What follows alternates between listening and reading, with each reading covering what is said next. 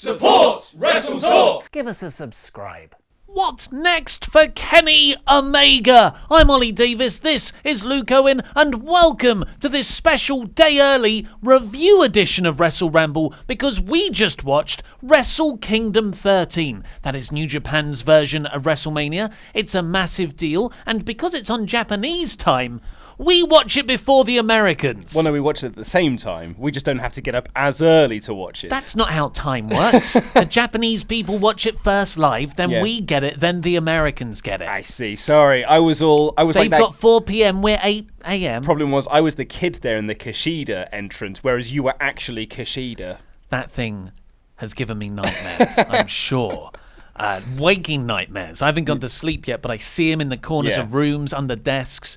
So we're talking a load, every single title changed hands, and every single person who is associated with All Elite Wrestling at the moment lost. Well, all the people that are associated with All Elite Wrestling and all those people who are associated with the Elite lost by extension. Yeah. When they were launching All Elite Wrestling last year, or when people were asking, hey, Cody, hey, Bucks, what's next for the Elite? They would always say, we're going to stick together.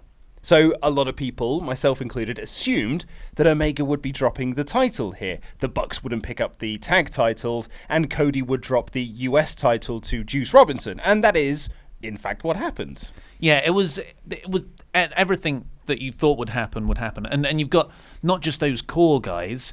You had like Hangman Page losing on the pre-show in the number one contenders gauntlet match. And Chris Jericho also lost. But that was, those things were kind of expected. I think we all thought Jericho would lose to Naito. Yeah. So that doesn't necessarily say he's turning up this Sunday at Homecoming. I think he would have done that regardless. Do you think he's showing up at Homecoming? I don't know. Don Callis didn't. He talked about it. Yeah, I know, but he talks about it all the time. People thought he was going to be at Bound for Glory, and it was James Ellsworth. But the other thing is Kushida, I guess we haven't spoken about. He lost as well his junior heavyweight championship amidst all the rumours that he's going to WWE. So a huge changing of the guard, just like 2 years ago. I really got that feeling from this show. Only you sort of knew it going in, because the thing from 2 years ago, when AJ Styles, Gallows and Anderson, and Shinsuke Nakamura left, is that we didn't learn this until after the fact. Like the show ended, and then it was all reported that AJ's leaving, Nakamura's leaving, and Gallows and Anderson are leaving. Whereas here, I think we all sort of knew it going in. It was kind of an odd pay-per-view in that sense. I also think as well, coming off the back of like a really strong run of Wrestle Kingdoms, like you look at 9, 10, 11 and 12, that's 4 years of just like absolutely outstanding pay-per-views. This always had like a real big, it was a very high bar that it needed to get over. And I think it got over that bar, but I do not think it was as good as previous Wrestle Kingdoms have been. It's weird, isn't it? It was an excellent show. Amazing. An excellent show. Yeah. And it had, on paper, one of the best cards. I think, on paper, this was the best card of all of those shows we just mentioned. So huge expectations going in, and we're in the position of going, but it was only excellent. Every match wasn't the best match I've ever seen. And actually, what's going for this pay-per-view, it was only 4 hours.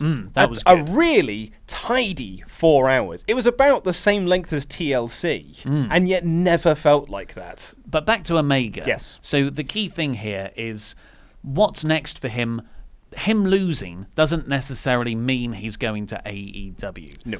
But also him staying with New Japan doesn't mean he's not going to AEW. One of the best ideas I've heard for the Tanahashi Omega storyline, which was Dave Meltzer's idea like 6 months ago when Tanahashi first won the G1 Climax, which is what gave him the briefcase to main event Wrestle Kingdom, was that Tanahashi would win here, setting up a rematch at the Madison Square Garden show that Ring of Honor and New Japan are hosting, because you kind of want a North American star there. And Kenny Omega doesn't wrestle often in North America at all. So to have him in Madison Square Garden and winning the title back from Tanahashi doesn't need a long reign. He's an all-timer. He is one of the best wrestlers ever. And this is just like a short thing as the last title reign I think he'll ever have at the top.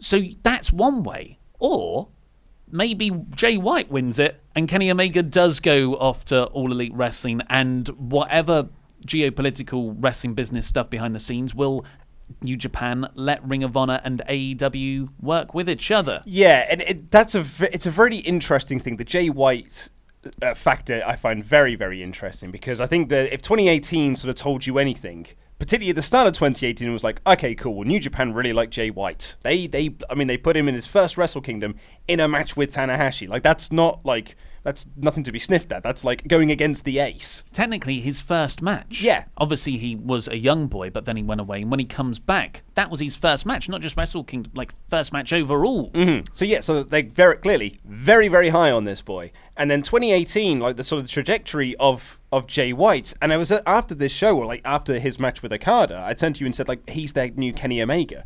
It felt like this company thought, or Gedo, you probably would say, Gedo thought, I'm losing Kenny. I need a new Kenny. Jay's my new Kenny. Yeah. And that's what they're going with now. He's the next Gaijin to start to put stuff behind. And a lot of people are very apprehensive about this, I think, because you look at Kenny Omega and how excellent he is, and just a lot of people have said that he doesn't deserve the Bullet Club leader slot. You said on Twitter when the show was going on, some people were calling him bland. Yeah, in fact, well, it was after I put out a tweet saying that, you know, that Jay White is the new Kenny Omega. He's New Japan's new Kenny Omega. And I got a lot of responses back saying, like, but he's so boring. He's really bland. He is a charisma vacuum. And I think that's unfair. I'm not the biggest Jay White fan, but I mean, you and I said when we were just before the Okada match, we're like, God, do you remember how, like, underwhelming his match was with Tanahashi last year? But you said that apparently it's better if you go back and watch it. That's what I've heard. But he has had a stellar 2018, I thought. That match against Juice Robinson at the G1 special was brilliant. Great. And he's been a great heel. And not just because of the Josh Barnett stuff. Yeah, but that's a big part of it. I really like Jay White as a heel. He's sort of in that, way off, but in that Sami Callihan, Tommaso Ciampa mold of just like out and out heel. But he's in the same vein. And I mean, you know, when stuff happens long enough, and I'm not there going, hey, White's the best, but Gedo is. Yeah. And Gedo knows way more about wrestling than, I would say, everyone on the planet. And this exact same thing happened with Okada. When Gedo was like, Okada's going to be our new ace because Tanahashi's winding down, everyone was like, Okada. But now everyone loves Okada. Most people love Okada. Same thing, January 2016. Oh, you're moving Kenny Omega up from a junior heavyweight to the heavyweight, and he's going to be the leader of the Bullet Club. I don't see this panning out, mate. He's no AJ Styles. Yeah, he's no AJ. He wrestled that match against the gal. How's he going to headline Wrestle Kingdom and the Tokyo Dome? That worked out too. So Gedo has a track record. He does, and I think it was Dave Meltzer was saying on Wrestling Observer Radio that, like, everyone always assumes with Gedo that he books like 6 months, 9 months in advance. He has a long-term plan. There's a reason why New Japan stories always feel incredibly fleshed out, is because they're not booking week to week. They're not changing their minds on a whim every single Monday.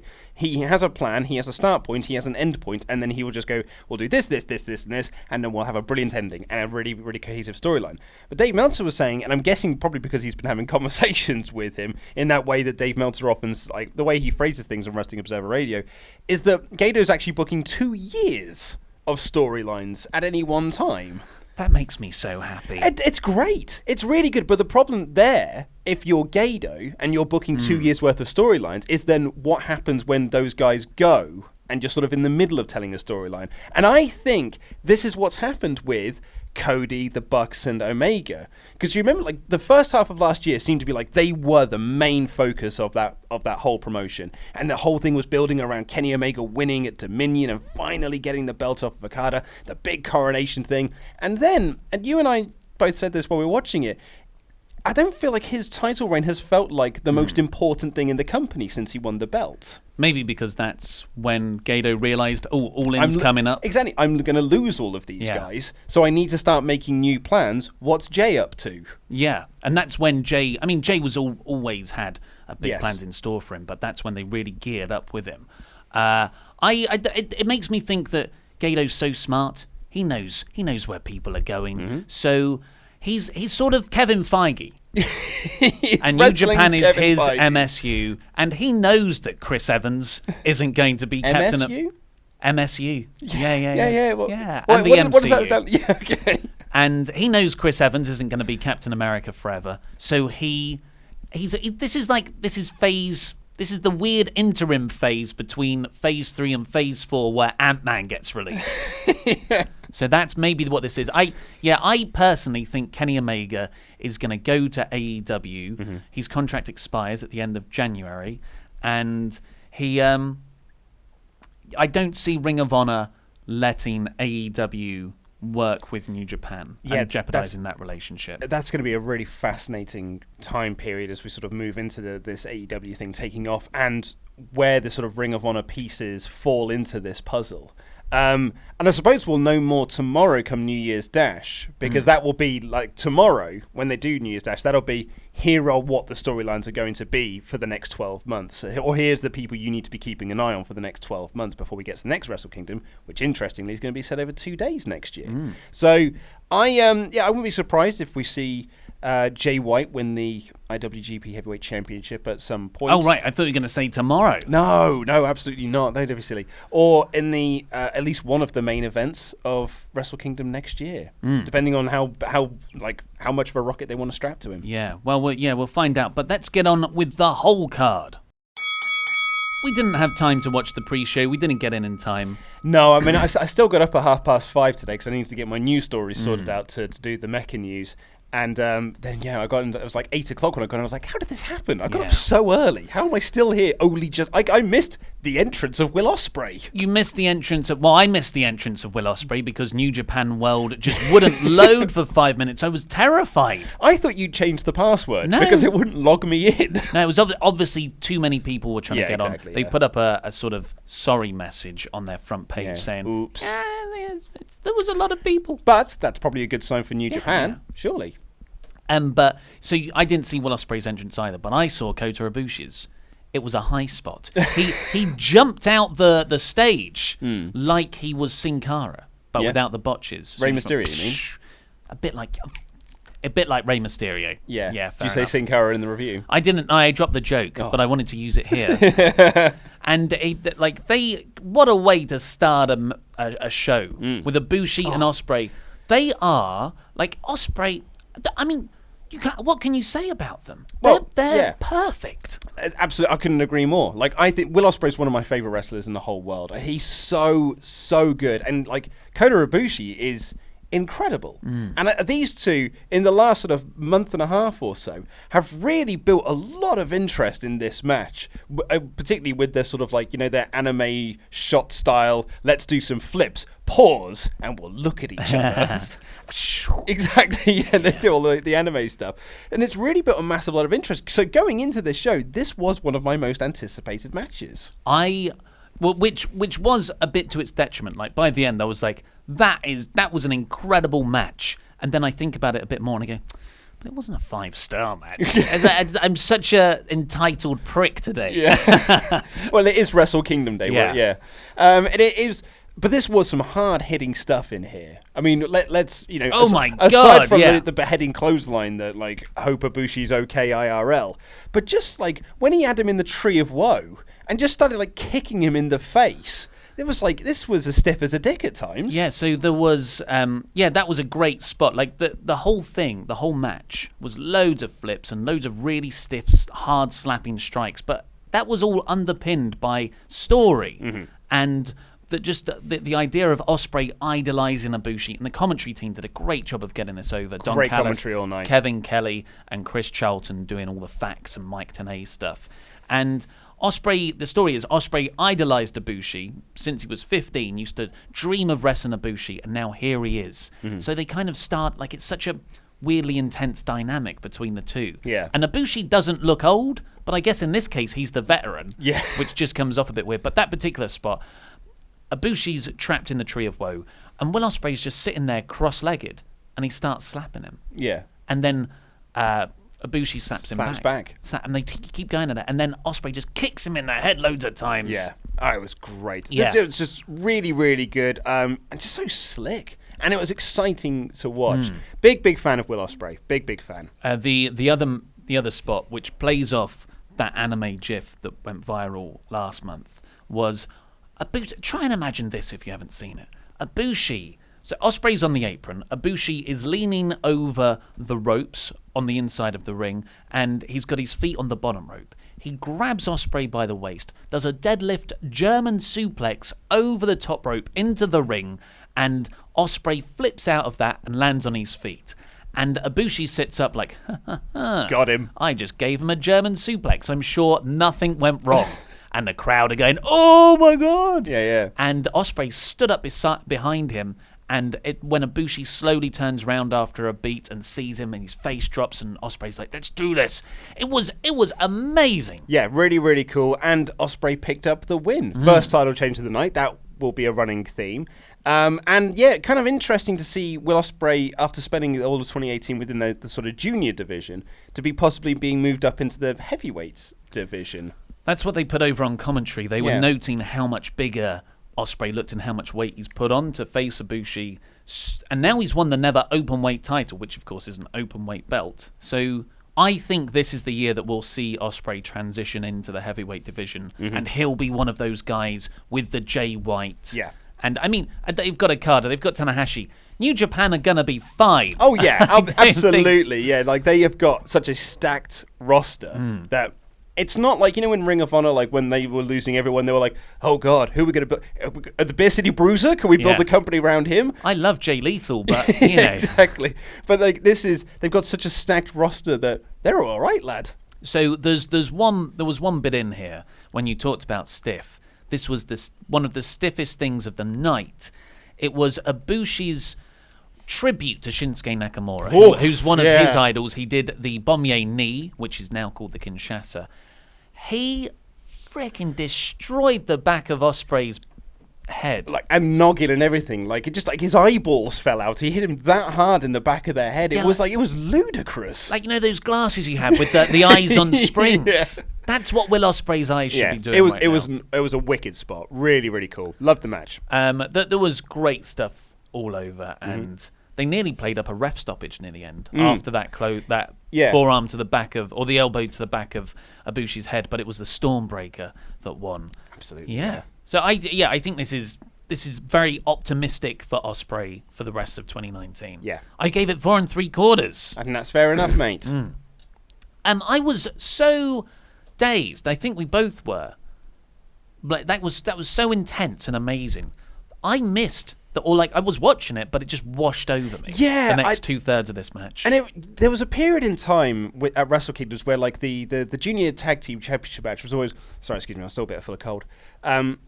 The junior tag team championship match was always like, oh, this is going to be your big spot fest match. It may only be 8 minutes, but good crikey, you're going to see a heck of a lot of stuff within this 8 minutes.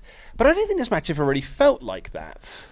Yeah, maybe I missed it. I really liked Shingo Takagi, who's the new LIJ guy. I think he adds what that faction might be missing, because you've got the cool Naito, you've got the really impressive athleticism of Sanada, you've got Bushi and his sort of lucha style. And you've got Sanada's hair, which I think is... Sanada's hair, which I'm pretty sure is another member of the group. You've got Evil with just looking really cool all the time, and you've got Takahashi, who's currently out injured, but he would be the high-flying guy. Takagai, however you say it, he is just meat. Yeah, he is. Like, and there's a lot of comments on Twitter going like, is he a junior?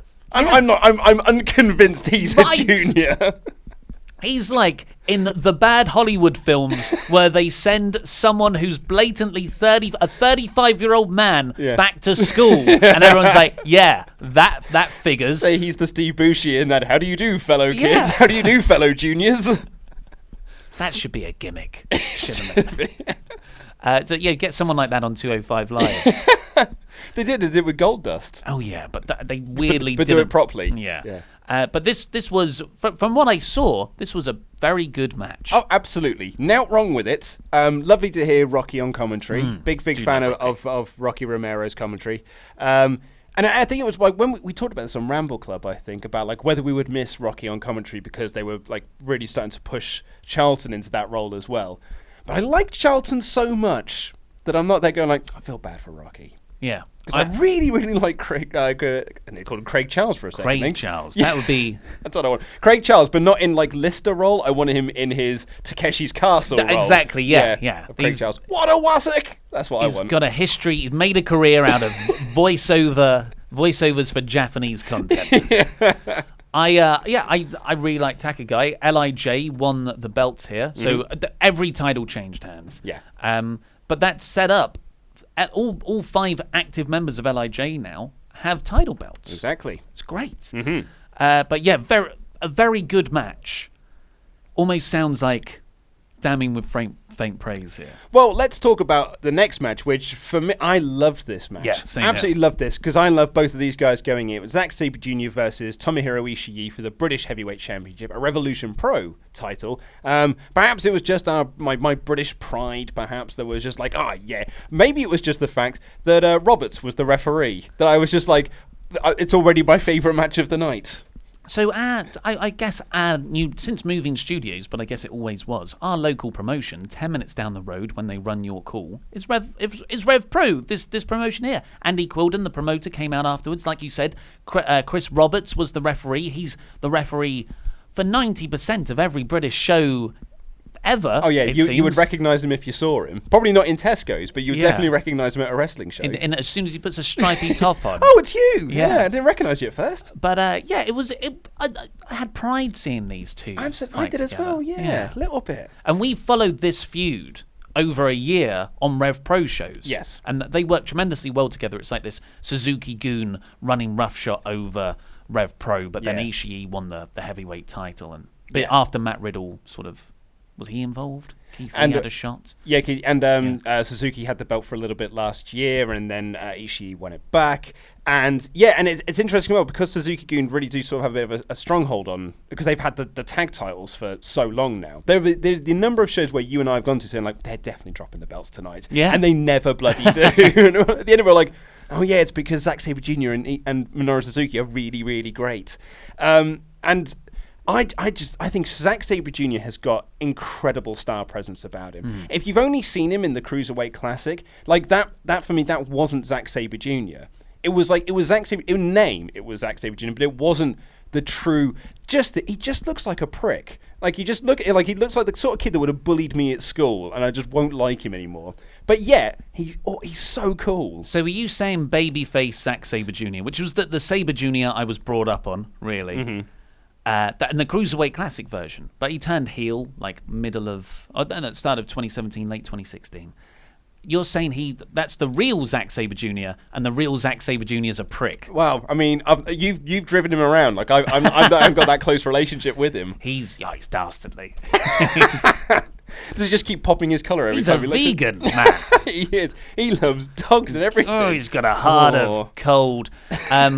But yes, they had. I particularly like his video entrance. Yeah, Submission Master. No, what's the? He is Submission Master. Yeah, Zack Sabre Jr. and Submission Master. He had a great little storyline last year in New Japan, where he essentially just ran through the entire promotion on his way through the New Japan Cup, and it was like we sort of chronicled that on Ramble Club, and it was really awesome to see Zack. To kind of get that push, and I'd really like to see him get some really big sort of push off the back of that into this 2019 era. And he's just so slick and so good at what he does. And he's the kind of wrestler that when you watch a match, you're not going to get the same match twice because he's thought of a new submission move. Yeah, you're not going to get the same. You're going to get because as we found out in the New Japan Cup, if you watch all of Sabre Jr.'s matches back to back, it does get a bit samey. But the great thing because it's so submission focused, and the story of that tournament was his style dominating everyone else. Tapping out everyone. They were all the same style of match. But what he's got with Ishii is so great because he can work over Ishii with all these holds, and then Ishii just classic no-sell Stone Pitbull comeback and does some awesome strength stuff, but then Zack Sabre Jr. locks it in again. Exactly. And a really good...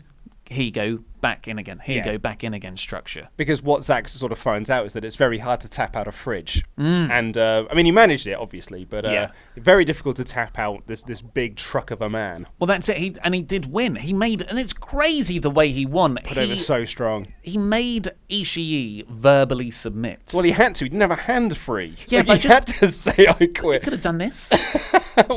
Finding Nemo tap.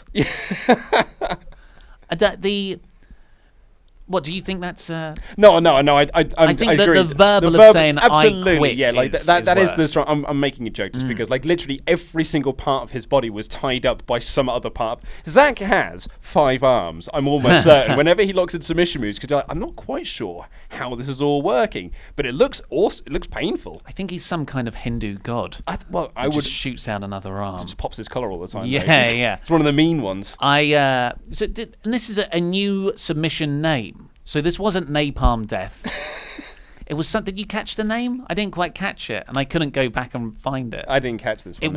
It was something like Happy New Year. It was something about the new year. It was great. And the other thing I would say about Zack, because I don't want this to just be like just me filleting Zack Sabre Jr. and how great I think he is. His promo work that he does in New Japan is so good. He I don't know if you saw this. It wasn't at the fan event. I think it was the night before when they were sort of like hyping up this match. And he said, he goes, I'm going to snap Ishii like he's a twiglet. Then realizes what country he's in, realizes that they don't have twiglets, and then feels like he has to explain what twiglets is. He goes, it's a very nuanced reference. He's very good. And like this is a good way. That I guess it's unfortunate he didn't win New Japan Gold, but this was a good way to give Zack Sabre Jr. a title win when all the other titles were busy. Yeah. So maybe that's why the Rev Pro title was on here. And really strengthens that relationship between Rev Pro and New Japan. So that which is really good for Rev Pro going into 2019. Another interesting wrinkle in the global wrestling landscape. Yeah, global localization, you might call it. So I got this. I gave that 4.5. I thought that was an excellent match. Excellent match. Loved it. Next up, we had Gorillas of Destiny, the Bullet Club's Gorillas of Destiny. They're champions in this, taking on LIJ, which was the Sonata and Evil combination, and the Young Bucks. For me, the standout of this was Sonata. Yeah. I thought he was real. I love the Tama Tonga and Tonga Low because they're terrifying, and I feel like I have to say I like them. Otherwise, I know they'll tweet you. I know they're saying they're good guys now, but how long is that going to last? I don't want to be terrified of them again, so I may as well just stay terrified of them. But for me, like it's Sonata and his brilliant beard and his awesome hair and his he has this like spot during this match. You and I couldn't quite believe what we were seeing really, where he just kept doing leaping crossbodies. He would just leap from out of the over the top rope to the outside with a crossbody, hit someone, they would fall down, another person would get up, and he'd be like, okay, back in the ring, and he did like. 8 of these? Like it was like 6 or 7 of these. It was an incredible number of them, and it looked like he didn't even break a sweat. You see, that's my problem with it. It was so extraordinary, and he's like because when he was doing this, that's like the equivalent. I said to you, that's like 20 box jumps. That's exhausting. Just one of those. It's like a really high box. You jump onto it, and then you jump back off. It's exhausting. Yeah. He did infinite times that with these like moves and he was not stopping at all. It was just get up, back in, and go. And there was a kind of Cesaro hot tag fire to him when Cesaro went through that period of those great hot tags where he just didn't stop, move. Jay Lethal used to do a similar thing before Seth Rollins, where dive after dive after dive, and it's the same kind of spot. But the difference is Sonata just does them and then stands up with this blank face afterwards. Whereas Cesaro and Lethal would go like, come on, or have some bit of fire or charisma about. And he is charismatic, but it just doesn't. I feel like he's not showing us that he cares, which is weird because it's so impressive what he's doing. Yeah. But a huge fan of Sonata. I did enjoy. It was a weird match. Mm-hmm. I liked it because every match on this card was very, very different. Yeah. Here, it was that Tama Tonga and Tanga Loa and the Bullet Club cronies on the outside, Bad Luck Fale and... the other one who's not Bone Soldier. Yeah. Well, but he's dressed like a Bone Soldier. Yeah. It's a new year. They're good guys now, so they claim. So Tama Tonga is trying to shake people's hands at the start, and everyone's like, I don't trust you. Yeah. And then there's a great bit later where Tanga Loa goes to break up a sharpshooter, and Tama Tonga goes, no, don't, that's cheating. That's breaking the rules. But then they get out the ring and push the bottom rope to Evil anyway to break the submission. And it was all really funny, but I just don't think that's the most effective use of the Bullet Club right now when they've just lost all the big elite players. Yeah. You want to make them a bit more... I mean, as you said, Tama Tonga is such an intimidating psychopath kind of guy.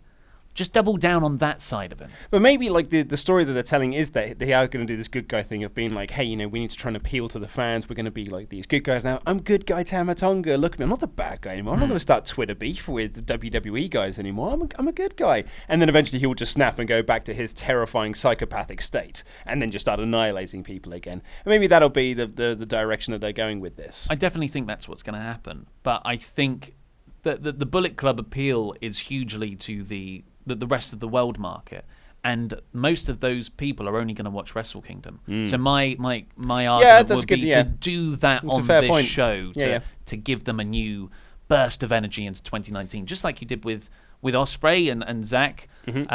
But they doubled down on the LIJ winning more titles here. Very much so. So both sets of tag belts LIJ now have. Yeah, this is one of my... so in the Wrestle League predictions, we didn't actually have time to do a predictions videos, but we did do predictions for the show. I've actually got the results if you'd like them. I mean, I won, I can tell you that much. Well, you're drawing with me overall now. I am, yeah. So I scored... 7, you scored 6, and Laurie scored 5. So you and I are drawn on 23, and Laurie is on 24. It's close. So I would be bloody winning if it hadn't been for hashtag Tablegate. Which one's Tablegate? Well, that's when I predicted the correct amount of tables that were broken, but you wouldn't count the announcer's table. No, we talked about it. Well, hashtag Tablegate. Back to this tag match, though, absolutely. rather than Luke's whining. It was kind of sad that the Young Bucks... I felt sad for the Young Bucks. I did as well. This didn't feel like a farewell match. Like, they just sort of felt that they were there. And I'm not saying as a knock on them. It never felt like they were the focus of this match. And maybe that's because... they're off to AEW. They've signed their contracts with they're expected to be signing their contracts with AEW. So you don't want to put too much focus on them. But this almost felt like it was a tag match between LIJ and the Bullet Club, but the Young Bucks were just there. I disagree. I think the Bucks heavily featured in the match, and they were excellent as they always are. It's just they never really... It's not that they even felt like they were in second gear. It felt like their minds were elsewhere, almost. Maybe it's just because I'm sad. Maybe it's because I want everyone to be friends and all the wrestlers to work with everyone. Yeah. The Young Bucks have had an incredible run with New Japan, and I feel like that's kind of... They've got so many home promotions, PWG, Ring of Honor, but I feel like this is my home for them. And this potentially being their last match, I was sad watching it, unfortunately. I'd agree. I gave this 4 and a quarter. I still thought... Oh, no, just 4. I thought it was a very good match still. Then we got Juice Robinson beating Cody Rhodes for the US title. Yeah, so I didn't see this match because I had to come and record the Mecca News. So I missed this match. Well, I'll run it down for you. Thanks, man. Cody cheated a lot. Yeah. And Juice Robinson won in the end. Yeah, so I've seen some of it because I had to get the images for your review, and it literally, like, you said in your review, it says like in the opening minutes, Cody tried to use the belt, he feigned a knee injury, and Brandy got on top of him to protect him. And I was like, okay, cool. So I'm like sort of skipping around trying to find the images, and I skipped like 30 seconds into the match, and I found the Brandy Rhodes spot. And I was like, oh, he's got this all out of order. I'm going to have to try and find where all these other bits are now.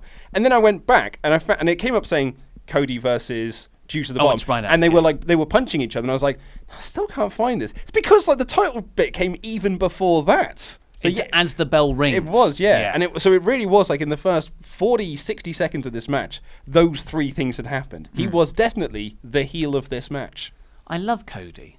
I love Kenny Omega, and I understand that they wrestle like New Japan continuity is kind of different to being the Elite continuity and All-In continuity, but I do find it hard to invest in their character arcs because they change so much. Like half of 2018 for Kenny Omega was Kota Ibushi showing him that he can be a good person and still have his friends. Look at that video that's at the start of Dominion. Yeah, like that's what it's all about. But then the next month, he's back to being a dastardly heel with Tomohiro Ishii. Yeah, that was your complaint of that match, yeah. Yeah, and I'm like, well, how does that work here. It feels like you undermine all the good stuff that happened beforehand. It's the same with Cody. Yeah. So that Brandy spot where she gets on Cody to protect him from Juice Robinson's top rope move, that was the exact same one as the NWA title match at All In.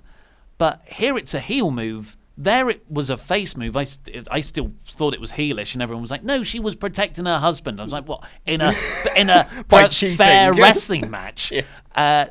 So I find it hard to. I just wish they would stick to one character because Cody is so good at all the heel stuff. It's just a shame that he's back to being good guy Cody everywhere else. And I actually thought this with Omega in the main event.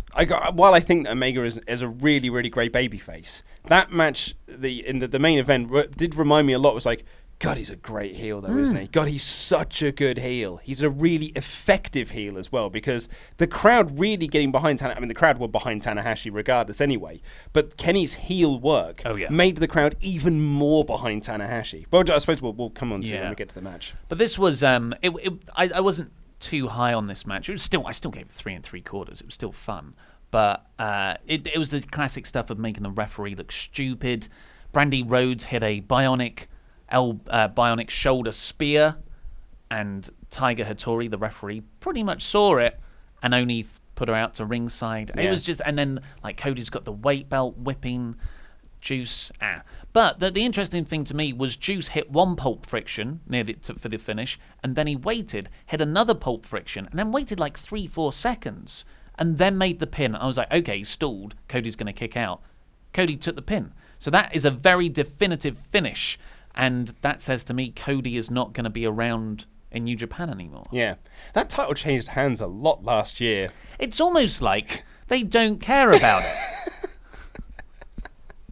I don't know what would make you suggest that. Yeah. So this was fine. It's great that Juice Robinson is a champion. Was he champion before? Yeah. He won it. So, maybe they should have held it off. I don't know. But Juice Robinson's another one of those guys with Osprey and White who can be the next class that WWE can steal in 3 years' time. Or go to AEW. Hopefully. Then we got Taiji Ishimori versus Kushida, which had that nightmarish, tiny kid version of Kushida, who I'm calling Kid Shida. Nice. And it was, oh God, it was awful. Have you seen it yet? Yes, I have. So I had the images for the review. This child comes out dressed as Kushida in the Time Splitters outfit, the Back to the Future outfit, Marty McFly's one, with this really realistic Kushida head mask. It looked like Big Head Mode on 2K19. Yeah, it was terrifying. And he's going like, oh, I'm doing all the poses. Then Doc Brown runs out. Someone playing Doc Brown. I can't remember his name.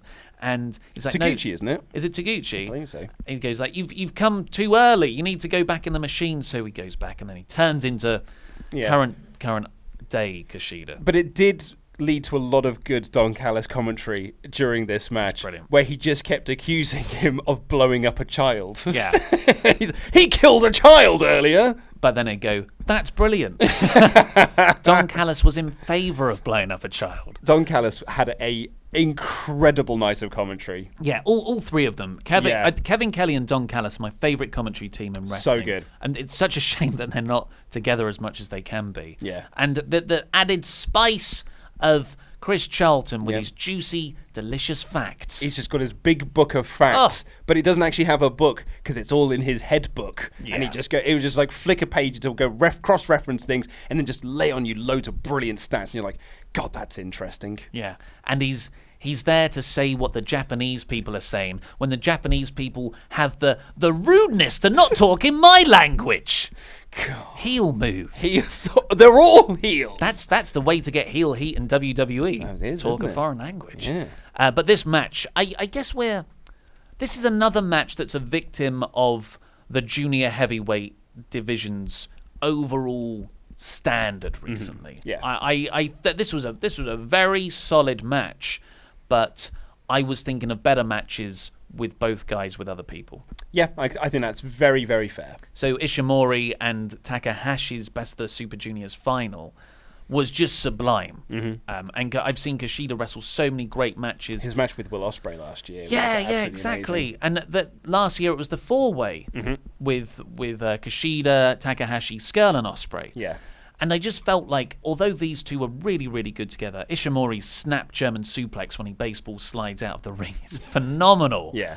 I never felt this match leveled up to super good. Yeah, but it was still an excellent match. I feel so ungrateful right now. Well, absolutely no, and it was an excellent match, but it didn't have the sort of the blow away. Like there's going to be very little of this that's gift shareable. No, and that was the only bit of gold I think that went to Bullet Club all night because Ishimori is Bone Soldier, and Kushida losing here might be a sign that he's on his way to WWE. Yeah, Dave Meltzer was the one who reported that they were very, very interested in signing Kushida, and he is responding in kind. Ooh. So, could be NXT bound. Could see him in the crowd at TakeOver. Maybe not Phoenix. Oh, right. Maybe not Phoenix. Maybe in New York / New Jersey.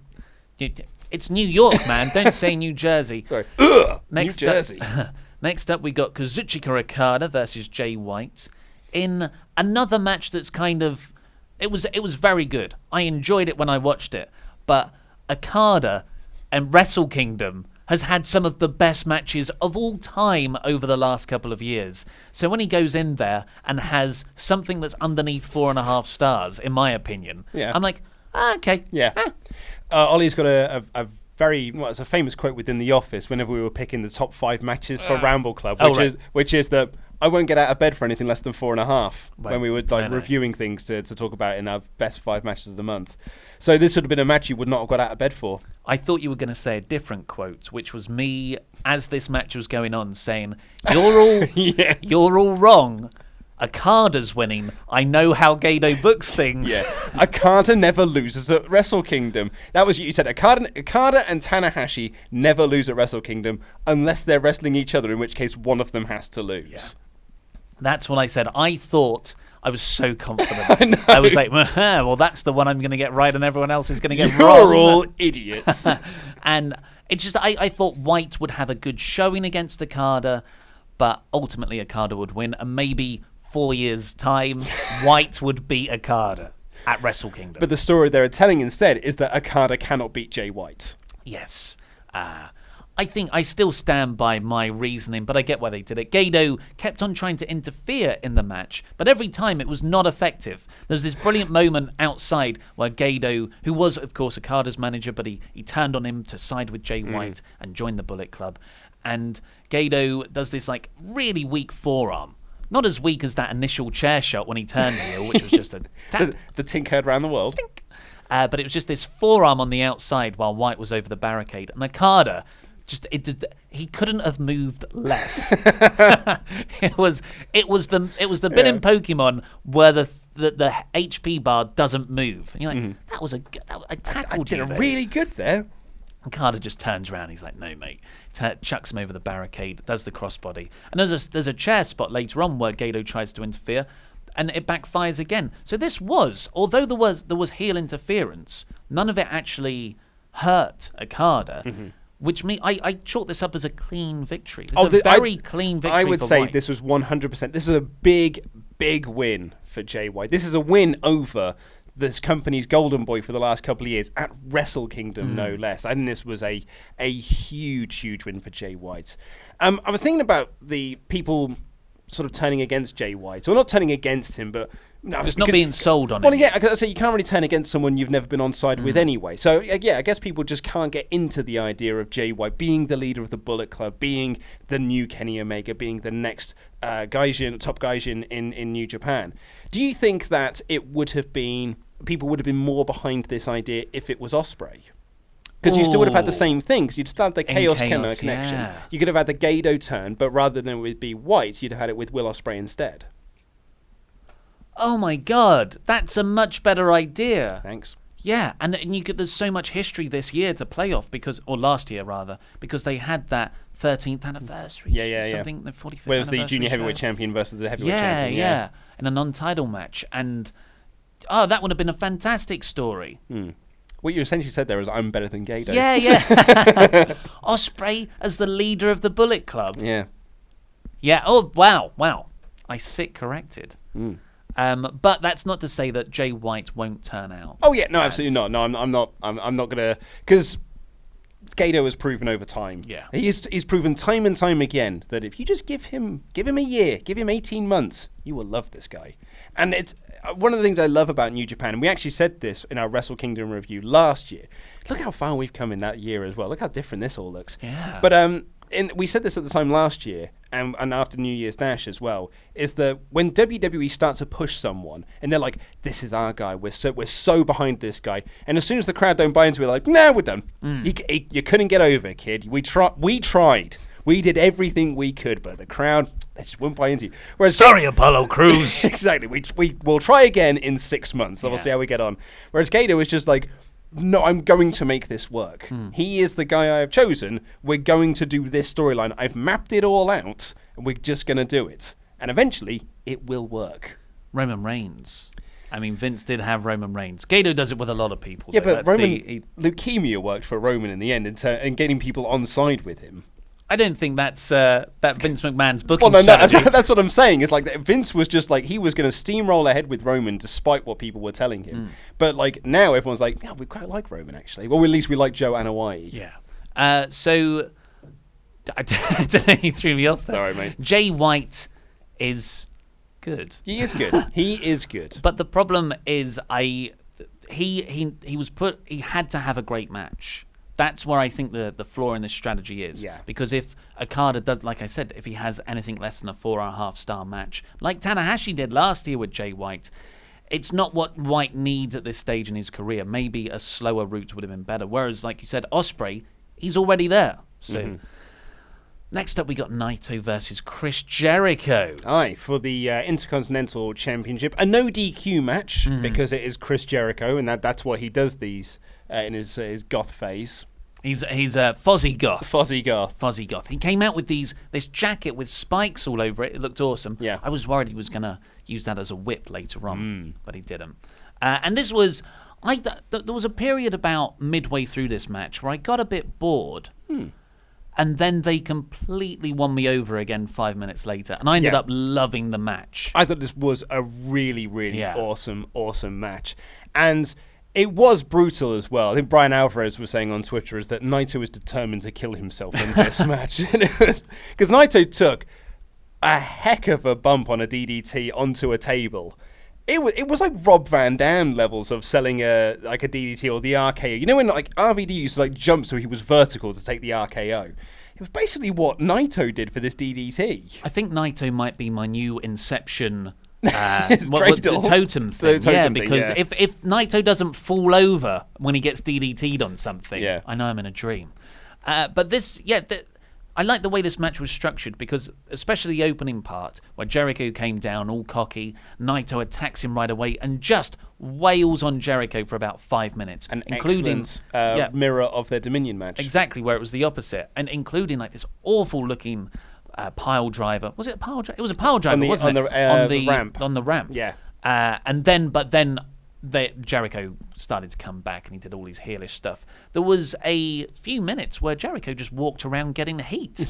It was great. Yeah, he was very like good just at doing swearing at the crowd, going, "Come on!" He rang the bell at one point. That was my favourite bit. He rang the bell and then just started walking around celebrating. Turned the referee to raise his hand. And you got Don Callis going like, "Well, I mean, the bell rang." And Red Shoes says, "You didn't win. Like, Don't try and you get heard me." the bell. Jericho got this amazing 2 count, and Don Callis thought he'd won the match as well. And he's like, "It was a Canadian 3. That would have been a 3 count in Canada." But yeah, after that whole bit, which was, really good brawl for, I guess, like 16, 17 minutes, the last 5 minutes of this match were incredible. Yeah. Just we were on the edges of our seats. It was just near fall after near fall. So many times I was convinced, Codebreaker, that's it. Destino, that's it. And they kicked it. And it wasn't like the usual overdone, you kick out of my finisher, I kick out of yours. It felt different. Yeah. And the difference maker was Naito whips Jericho into the corner. And this is a mark of great storytelling in the match. The camera doesn't even show it. It's just Jericho coming towards the corner. And I'm like, oh, the turnbuckle! Because Naito, at the start, had ripped off the turnbuckle cover from the turnbuckle, exposing the ring post, and that never played into anything. Mm-hmm. And as Chris Charlton, great call on commentary, went, Chekhov's gun is smoking. Yeah. I think that was later on, but it applies here as well. Yeah, I think that was the table in the Omega match. Yeah. And then they did, the Destino for the final pin. If I had one criticism that I would throw against this match, it would be, and I find that Jericho does this sometimes in matches where it doesn't need to be. He had this spot where I think it was Naito went to do the Destino and Jericho pushed him off like into red shoes to be like, so he could then do a move behind the referee's back. It's no DQ, mate. It doesn't matter if you low blow him when the referee's back's turned. That's not a heel move. It's no DQ. I didn't think of that. I forgot. Yeah. I don't know why I kept forgetting, because it was quite clearly a no DQ match. Yeah. The ring was covered in chairs. But we said this last year with it was Jericho Omega's match, and they kept doing building spots around rope breaks. Yeah. And I was like, but it's no DQ. That's a very good point. But again, Naito won. That is 5 members of LIJ, the junior heavyweight tag team champions, the heavyweight tag team champions, and the Intercontinental champion. Aye. Pretty good faction right now. They're doing all right for themselves. But as great as that was, also Jericho lost. He's more up in the air. He could go anywhere. He could turn up at the Royal Rumble. He's a very unique person in wrestling. I wouldn't be surprised if he does sign with AEW, it's not an exclusive contract. And he's probably got the sway to be able to say, I don't want it to be an exclusive thing, because I want to be able to do the cruise again this year, which I'd love you guys to be a part of. Yeah. Love to do some more stuff with New Japan, maybe do some shots with WWE, depending on what his relationship's like with that company at the moment. So yeah, I think that he's very much a unique specimen within this. But he has got a countdown timer currently. Yeah.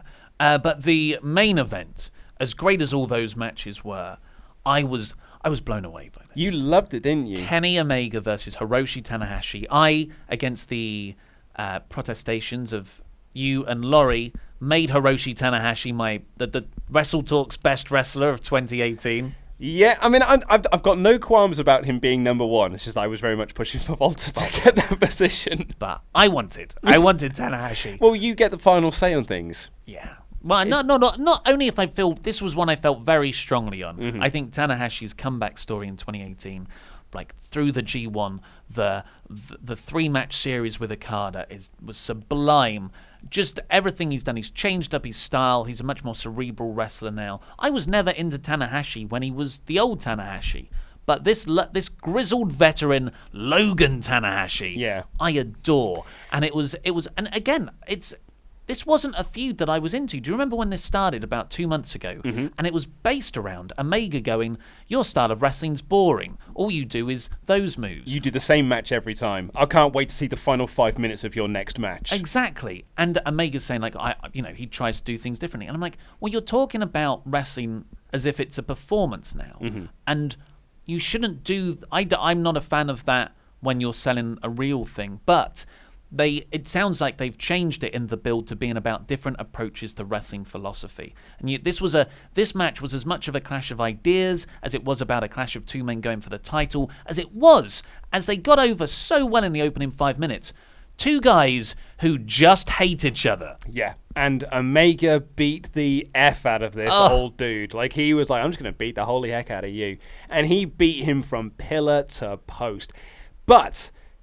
The brilliance of Tanahashi and the reason why, and this crowd was going crazy for Tanahashi, and it's not just because the Japanese crowd and the New Japan fans love the Ace. They love them some Ace and his glorious, glorious hair.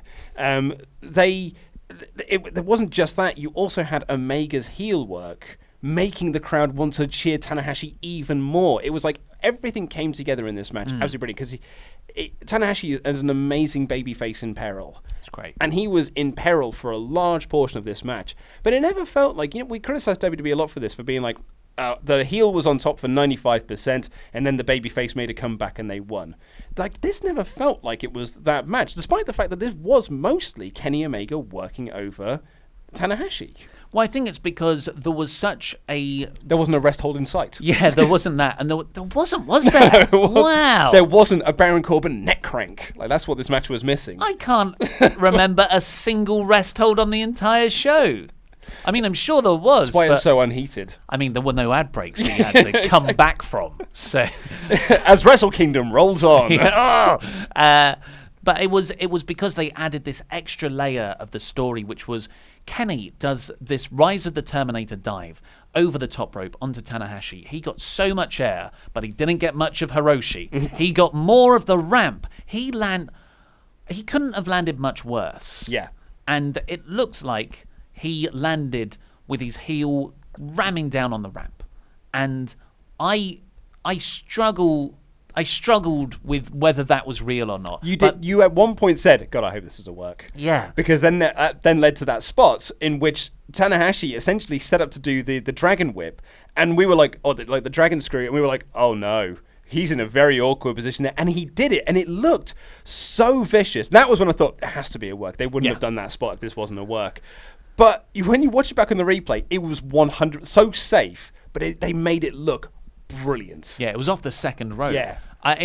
That's how good both of these guys are. That I just decided it was all real for the whole match. Yeah. And that the Chris Charlton call earlier, Chekhov's gun smoking. Holy hell! Like this is a match based around two different warring ideologies about wrestling. What Hiroshi in that it's about respect and in the ring and you settle it between the ropes. Although he does a lot of high fly flows to the outside. Mm-hmm. Yeah, despite his bad knees and back. And Omega's style, which is like, no, I'm more exciting, I'm more dynamic. There's hardcore elements. I get out tables, despite what are the rules in New Japan? I don't know, but they're saying that. And Omega gets out the table. It's Chekhov's table, right at near the start of the match, after this incredible snap moonsault off the barricade. Oh man, it was great, wasn't it? And that stays there for ages. And Tanahashi once just teases, I might use that. He's like, no, I won't. That's Kenny's thing. I will not give in to hate. But then Kenny finds himself on the table. Hiroshi goes up to the top rope for the high fly flow to the outside. Omega rolls out the way. Oh, what a landing. What a bad landing. High fly splat is what it was. Like, it was he just crushed onto the mat. Like, through the table, and that table splintered like a mother effer, and it just was stuck inside of me. It was bleeding from the enamel that came off. It looked rough. And then when he did the other high fly flow and Kenny Omega got the knees up, you said it and I completely agreed with you at the time because I was thinking the exact same thing. It's the best knees up reversal I've ever seen. Yeah. It was so late in the day.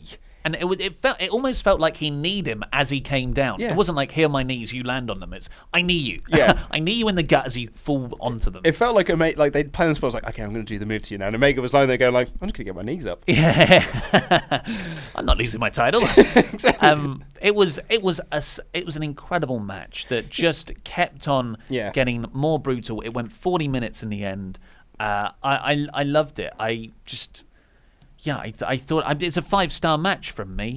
Yeah, and it was a lot of Omega really beating down Tanahashi. And just when you thought, okay, well, this is where Tanahashi's going to get his hope spot now. Nope, it was a V trigger to the face instead. And it was just you were waiting and waiting and waiting for that Tanahashi comeback. But the longer you waited, the better it got. It was a tremendous, tremendous match, and saw Tanahashi win the IWGP Heavyweight Championship for an 8th time. He is your new champ. Great stuff. I was thinking about what you said about the referees and about what's the rules of New Japan and why aren't the referees in charge. And I just suddenly thought to myself, it says a lot about New Japan referees when Roberts is the most reliable referee on this whole show. Yeah. Yeah. But he's a great referee. People run all over him. Yeah. So Suzuki's act is chopping him, pretending to chop him. But that's an absolutely incredible pay-per-view. I gave it 5 out of 5. Although not as good as the last couple of years of Wrestle Kingdom. I mean, we're rather spoiled. We certainly are when it comes to Wrestle Kingdom. What about you? I would agree with you. I thought it was a brilliant show from top to bottom. I thoroughly enjoyed every match. It's the one match I didn't see was the Cody Juice Robinson match, but from what I've gathered and what I've seen on Twitter as well, it's probably the one match I didn't need to see. So, but I've really enjoyed every single match, and the matches that I really, really enjoyed, like the Ishii Sabre Jr. match, the Will Osprey match, and the main event. Actually, Naito Jericho and Vega Okada White.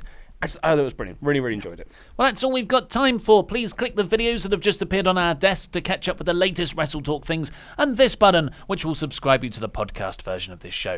I've been Ollie Davis, this has been Luke Owen, and that was Rambling.